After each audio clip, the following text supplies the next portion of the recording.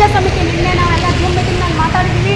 ನಮ್ಮ ಕಾರ್ಯಕರ್ತ ಇಡೀ ಕರ್ನಾಟಕದ ಒಬ್ಬ ಕಾರ್ಯಕರ್ತ ಎಲ್ಲ ಅನ್ಯಾಯ ಆದ್ರೂ ನಾವು ಇಡೀ ಕರ್ನಾಟಕದ ಎಲ್ಲ ಅಂಗನವಾಡಿ ಕಾರ್ಯಕರ್ತೆಯರು ನಾವು ಸಿದ್ಧವಾಗಿರ್ತೀವಿ. ಯಾರಿಗೆ ಅನ್ಯಾಯ ಅಂತ ನಾವು ನಿನ್ನೆಲ್ಲ ತೀರ್ಮಾನ ತಗೊಂಡಿದ್ದೀವಿ. 24ಕ್ಕೆ ಕಲಬುರಗಿಯಲ್ಲಿ ನಿರಂತರ ಹೋರಾಟ ಹಾಕ್ಕೊಂಡಿದ್ದೀವಿ. ನಾವೆಲ್ಲರೂ ಇದಕ್ಕಿಂತ ಹೆಚ್ಚಿನ ಸಂಖ್ಯೆಯಲ್ಲಿ ಬರಬೇಕು. ಯಾಕಂದರೆ ನಾವು ಬಿಸಿ ಮುಟ್ಟಿದ ಮಾತು ಈ ಬಂಡ ಸರ್ಕಾರಕ್ಕೆ ಬುದ್ಧಿ ಬರೋದು ಎಲ್ಲ ನಮ್ಮ ಕಡೆ ನಮ್ಮ ಅಂಗನವಾಡಿ ಕಾರ್ಯಕರ್ತರಿಗೆ ಇವ್ರು ಎಲೆಕ್ಷನ್ಗೆ ನಾವೇ ಬೇಕು. ಯಾಕೆಂದರೆ ಒಂದು ನನಗೆ ಅನುಭವ, ನಮ್ಮ ಕಾರ್ಯಕರ್ತರಿಗೆ 60 ವರ್ಷ ಆದ ಮೇಲ್ಪಟ್ಟಿದ್ದವರಿಗೆ ನಾವು ಬರ್ಕೊಟ್ವಿ, ಬೇಡ ನಮಗೆ ಚುನಾವಣೆ ಕೆಲಸ ಅಂತ.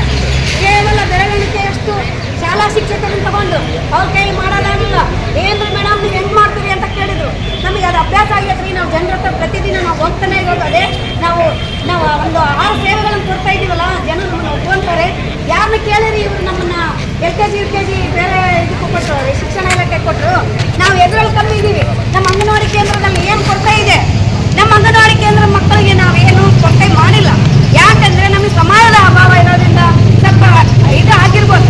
ನಮಗೆ ಬರೀ ಶಿಕ್ಷಣ ಕೊಡಲಿಕ್ಕೆ ಟೈಮ್ ಕೊಡ್ರಿ, ಬೇರೆ ಅನ್ಯ ಇಲಾಖೆ ಕೆಲಸ ಬೇಡ. ಬೇರೆ ಇಲಾಖೆ ಹೆಂಗ ಅವ್ರ ಕೆಲಸ ಮಾಡ್ತಾರೆ, ನಮ್ಮ ಇಲಾಖೆ ಕೂಡ ನಾವು ನಮ್ಮ ಕೆಲಸ ಮಾಡ್ಲಿಕ್ಕೆ ಬಿಟ್ಟರೆ ನಾವು LKG UKG ಏನೋ D.Ed B.Ed ಆಧಾರ್ಕಿನ ನಮ್ಮಲ್ಲಿ ಯಾರೇನು ನಿಸಾಯಕರು ಯಾರಿಲ್ಲ. ಎಲ್ಲರೂ ಒಂದು ಹೆಮ್ಮೆಯಿಂದ ಹೇಳ್ಕೊಳ್ತೀನಿ. ಯಾಕೆಂದರೆ ಅಂಗನವಾಡಿ ಕಾರ್ಯಕರ್ತೆ ಮನಸ್ಸು ಮಾಡಿದರೆ ಇವತ್ತೇನು ರಾಜ್ಯ ಸರ್ಕಾರ ಆಡಳಿತ ಮಾಡ್ತಾ ಇದೆಯಲ್ಲ, ಅದು ನಾವು ಕೊಟ್ಟಂಥ ಭಿಕ್ಷೆ ಅವರಿಗೆ, ನಾವು ಕೊಟ್ಟಂಥ ಭಿಕ್ಷೆ ಅವರಿಗೆ ಇವತ್ತು ನಾವು ಕೊಡ್ತೇವೆ. ಯಾಕಂದರೆ ಎಲೆಕ್ಷನ್ಗಿಂತ ಮುಂಚೆ ನಮ್ಮ ಪ್ರಿಯಾಂಕಾ ಮೇಡಮ್ ಅವರು ಹೇಳಿದ್ರು, ನಾವು 6ನೇ ಗ್ಯಾರಂಟಿ ಕೊಡ್ತೀವಿ. ಒಂದು ಅಂಗನವಾಡಿ ಒಂದು ಏನಾದರೂ ಹೇಳ್ತಾ ಕೂಡ ಮುಂದೆ ಒಬ್ಬ ರಾಜನಾಯಕಿ ನಮಗೆ ಒಂದು ಮಾತು ಕೊಟ್ಟಿದ್ರು, 15,000 ರೂಪಾಯಿ ಮಾಡ್ತೀವಿ ಅಂತ. ಎಲ್ಲೈತ್ರಿ ರಾಜನಾಯಕಿ ಒಬ್ಬ ಮಹಿಳಾ ಅಮ್ಮ, ಆ ಅಮ್ಮಗೆ ಎಲ್ಲೈತ್ರಿ ಬೆಲೆ? ನಮ್ಮ ಅಂಗನವಾಡಿ ಪರವಾಗಿ ಆ ಅಮ್ಮ ಯಾಕೆ ಧ್ವನಿ ಎತ್ತಬಾರ್ದು? ಪ್ರಿಯಾಂಕಾ ಮೇಡಮ್ ಏನಾದ್ರು ಕುತ್ಕೊಂಡ್ರಿ ಬಂದು ಕರ್ನಾಟಕದಾಗ ನಮಗೆ ಮಾತು ಕೊಟ್ಟು ಎಲ್ಲಿದ್ದಾರೆ ಅವರು? ನಾವು ಇವತ್ತು ಪತ್ರಿಕಾ ಮಾಧ್ಯಮದವ್ರಿಗೆ ಇದನ್ನೇ ಬರೋಕ್ಕೆ ಹೇಳ್ತಾ ಇದ್ದೀನಿ. ಯಾಕಂದರೆ ಒಬ್ಬ ರಾಷ್ಟ್ರ ನಾಯಕಿ ಹೇಳ್ತಾ ಇದ್ದು ನಮಗೆ ಗ್ಯಾರಂಟಿ ಕೊಟ್ಟಿದ್ದು, ಆ ಗ್ಯಾರಂಟಿ ಮಾಯವಾಯಿತು, ಅದನ್ನೂ ಆಯಿತು. ಮತ್ತು ನಮಗೆ LKG UKG ಬಂದು ನಮ್ಮಲ್ಲಿ ಗರ್ಭಿಣಿ ಬಾಂಟಿ ಮಕ್ಕಳು ಎಲ್ಲರಿಗೂ ಸೇವೆ ಮಾಡಿದ್ವಿ.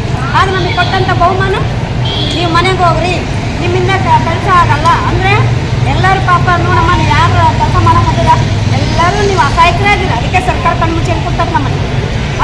ಈಗ ನಾವು ಕಲ್ಯಾಣ ಕರ್ನಾಟಕದಲ್ಲಿ 7 ಜಿಲ್ಲೆಯಲ್ಲಿ ಸರ್ಕಾರ LKG UKG ಪ್ರೈಮರಿ ಶಾಲೆಯಲ್ಲಿ ಮಾಡಬೇಕಂತಂದೇಳಿ ಸರ್ಕಾರ ಆದೇಶ ಹೊರಡಿಸಿದೆ.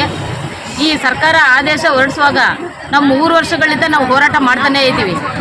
ಏನು LKG UKG ಅಂಗನವಾಡಿಯಲ್ಲೇ ಕೊಡಿ, ಸರ್ಕಾರದಿಂದ ಬರುವಂಥ ಸವಲತ್ತು ನಮ್ಮ ಮಕ್ಕಳಿಗೆ ಕೊಡ್ರಿ. ಏನು ಪಾಠ್ಯ ಪುಸ್ತಕದಾಗಲಿ, ಬಟ್ಟೆ ಕೊಡೋದಾಗಲಿ, ಶೂ ಕೊಡೋದಾಗಲಿ, ಮಕ್ಕಳಿಗೆ ಸ್ಕಾಲರ್ಶಿಪ್ ಕೊಡೋದಾಗಲಿ, ಇವೆಲ್ಲ ಮಕ್ಕಳಿಗೆ ಕೊಟ್ಟು ಅಂಗನವಾಡಿಯಲ್ಲೇ LKG UKG ತೆಗಿಬೇಕಂತಂದೇಳಿ 3 ವರ್ಷದಿಂದ ನಾವು ಹೋರಾಟ ಮಾಡ್ತಾಯಿದ್ವಿ. ಆದ್ರೂ ಸರ್ಕಾರ ಎಲೆಕ್ಷನ್ ಮುಂದ್ಗಡೆ ನಮಗೆ ಗೃಹಲಕ್ಷ್ಮಿ ಅಂತಂದೇಳಿ ಸರ್ವೆ ಮಾಡೋದಕ್ಕೆ, BLO ಕೆಲಸ ಮಾಡೋದಕ್ಕೆ, ಇವೆಲ್ಲ ನಮಗೆ ಕೆಲಸಗಳು ಹಚ್ಚಿಬಿಟ್ಟು ಅಂಗನವಾಡಿಯಲ್ಲಿ ರೇಷನ್ ಕೊಡೋದಕ್ಕೆ 15 ದಿನ ರಜೆ ಕೊಡೋದಕ್ಕೆ ನಮಗೆ ಇದೆಲ್ಲ ಕೆಲಸ ಹಚ್ಚಿಬಿಟ್ಟು ರಾತ್ರಿನೇ ಆದೇಶ ಹೊರಡಿಸಿದೆ ಸರ್ಕಾರ.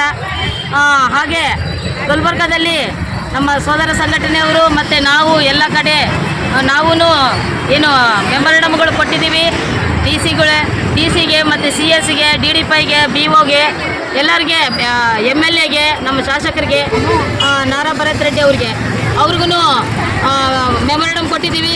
ಕೊಟ್ಟರೂ ಸಹ ಸರ್ಕಾರ ತಾತ್ಕಾಲಿಕ ತಡೆ ಹಿಡಿತೀವಂತಂದೇಳಿ ತಡೆ ಹಿಡಿದು ದಿಢೀರಂತಂದೇಳಿ ಮೊನ್ನೆ 11ನೇ ತಾರೀಕಿಗೆ ಮತ್ತೆ ಆದೇಶ ಹೊರಡಿಸಿದೆ.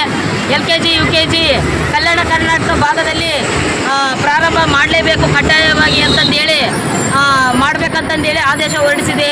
ಈಗ ನಾವು ಎಲ್ಲ ಆದೇಶ ಹೊರಡಿಸಿದರೆ 7 ಜಿಲ್ಲೆಯಿಂದ 40,000 ಜನ ಕಾರ್ಯಕರ್ತೆಯರು ಮತ್ತು ಸಹಾಯಕಿಯರು ಮನೆಗೆ ಹೋಗುವಂಥ ಪರಿಸ್ಥಿತಿ ಆಗಿದೆ. ಹಾಗಾಗಿ ಮುಂದಿನ ದಿನಗಳಲ್ಲಿ ನಮ್ಮ ಸರ್ಕಾರಕ್ಕೆ ಎಚ್ಚರ ಕೊಡೋದೇನೆಂದರೆ, ಈಗ ನಾವು ಅನಿರ್ದಿಷ್ಟ ಹೋರಾಟ ಮಾಡ್ತಾ ಇದ್ದೀವಿ ಜಿಲ್ಲಾದ್ಯಂತ. ನಾವು ಬಳ್ಳಾರಿ ಜಿಲ್ಲೆಯಲ್ಲಿ ಮುಂದಿನ ದಿನಗಳಲ್ಲಿ ಇದನ್ನು ಹಿಂಪಡೆದಿಲ್ಲ ಅಂತಂದರೆ ಈ ಸರ್ಕಾರಕ್ಕೆ ಎಚ್ಚರ ಕೊಡೋದು, ನಾವು ಮತ್ತೆ ಬೆಂಗಳೂರು ಜನ ಬಂದು ರಾಜ್ಯಾದ್ಯಂತ ಹೋರಾಟ ಮಾಡಬೇಕಾಗ್ತದೆ. ಮುಂದಿನ ದಿನಗಳಲ್ಲಿ ಉಗ್ರ ಹೋರಾಟ ಮಾಡಿ ಮುಂದಿನ ದಿನಗಳಲ್ಲಿ ಸರ್ಕಾರಕ್ಕೆ ಎಚ್ಚರ ಕೊಡಬೇಕಂತಂದೇಳಿ ನಮ್ಮ ಸಂಘಟನೆ ತೀರ್ಮಾನ ಆಗಿದೆ.